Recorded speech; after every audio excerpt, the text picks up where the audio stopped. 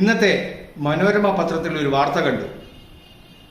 ഓരോ നിയോജക മണ്ഡലത്തിലും ഒരു വിദ്യാലയത്തിൽ റോബോട്ടിക്സ് പരിശീലിപ്പിക്കുന്ന ലാബുകൾ ആരംഭിക്കുമെന്ന്.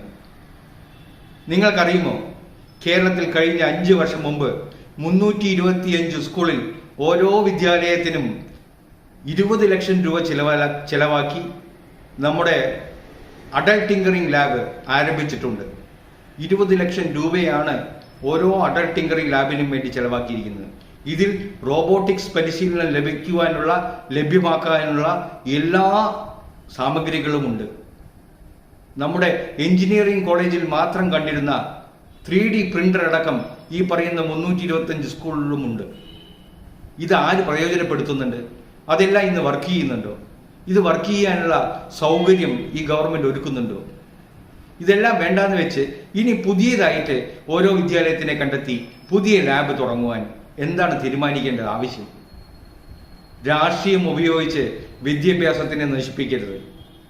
രാഷ്ട്രീയമല്ല നമ്മുടെ വിദ്യാലയത്തിൽ നടപ്പിലാക്കേണ്ടത്. നമ്മുടെ കുട്ടികളുടെ ഭാവിയാണ് നമുക്ക് മുൻഗണന നൽകേണ്ടത്. ഉള്ള ലാബുകൾ പ്രവർത്തിപ്പിക്കുവാൻ നിങ്ങൾ ശ്രമിക്കണം. കുട്ടികളെ പഠിപ്പിക്കണം. 8ാം ക്ലാസ് മുതൽ കുട്ടികൾക്ക് എന്തെല്ലാം പഠിപ്പിക്കാൻ സാധിക്കും, ഈ കാലഘട്ടത്തിന് അനുസൃതമായ എന്തെല്ലാം മാറ്റങ്ങൾ വിദ്യാഭ്യാസ രീതിയിൽ കൊണ്ടുവരുവാൻ സാധിക്കും. ഇതല്ലാതെ കഴിഞ്ഞ ഗവൺമെന്റ് തുടങ്ങിയത് മുഴുവൻ പൂട്ടുക, എന്നിട്ട് പുതിയതായി ഈ ഗവൺമെന്റ് തുടങ്ങുക, അതിന് വേറൊരു പേര് നൽകുക, ഇതായിരിക്കരുത് രാഷ്ട്രീയം. ഇതല്ല രാഷ്ട്രീയം. നമ്മുടെ കുട്ടികൾ പഠിച്ച് വളർന്ന് ഈ രാഷ്ട്രീയം കുട്ടികൾക്ക് മനസ്സിലായി അവർ നല്ല രാഷ്ട്രീയക്കാരെ സപ്പോർട്ട് ചെയ്യണമെങ്കിൽ ഒരിക്കലും വിദ്യാഭ്യാസത്തിൽ രാഷ്ട്രീയം വെച്ച് കളിക്കരുത്.